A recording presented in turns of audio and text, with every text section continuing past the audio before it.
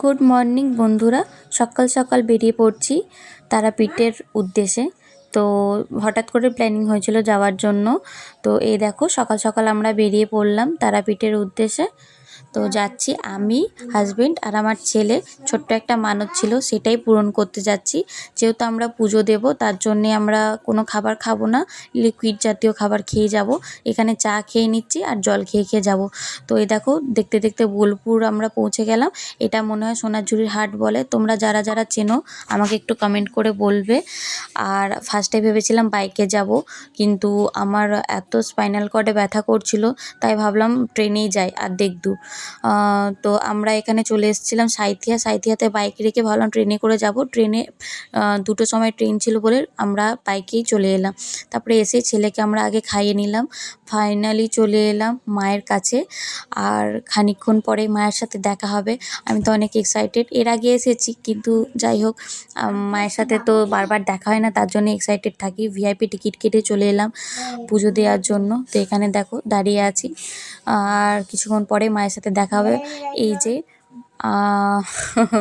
Beautiful একটা moment. আমি একটা পান্ডা দাদাকে বলেছিলাম, যেই দাদা আমাদের পুজো করিয়ে দিয়েছিল, সেই দাদাকে বললাম যে আমার একটা ভিডিও করে দাও, মায়ের সাথে একটা ভিডিও করে দাও। তো সেই দাদা করে দিল, আর মন ভরে মাকে পুজো দিলাম, মানত পূরণ করলাম। পুজোটা অনেক সুন্দরভাবে আমরা দিতে পেরেছি। যাই হোক আমি এখানে মায়ের পাটা ছোঁয়ার চেষ্টা করছি যেন প্রণাম করতে পারি। তো পায়ের কাছ থেকে একটা ফুল নিয়ে আমি চলে এলাম। আর তারপরেই আমরা এখানে পুজো দেওয়া কমপ্লিট। চলে যাব ঘাটে আমরা ধূপ দেওয়ার জন্য। তো এখানেও ধূপ দেওয়া হয়ে গেল। তারপরে চলে এলাম আমরা কিছু কেনাকাটা করতে। এখানে মায়ের একটা বড় দেখে ফটো নিলাম বরের দোকানে টাঙাবার জন্য। দেখো এখানে আমি ঘেমে ঘুমে একাকার। আর পাশের দোকান থেকে আরও 2টো ফটো কিনেছিলাম, যেহেতু প্রসাদটা কম ছিল, তার জন্যেই প্রসাদের সাথে মিলিয়ে দেওয়ার জন্য প্যারা কিনলাম। সবাইকে তো দিতে হবে, বাড়ির সবাইকে। তারপরে এখানে আমি আর বর ভেজ থালি নিয়ে নিয়েছিলাম 2টো। যেহেতু পুজো দিয়েছি তাই সারাদিন নিরামিষই খাবো। তো এখানে দেখো আমরা বেরিয়ে পড়ছি বাড়ির উদ্দেশ্যে।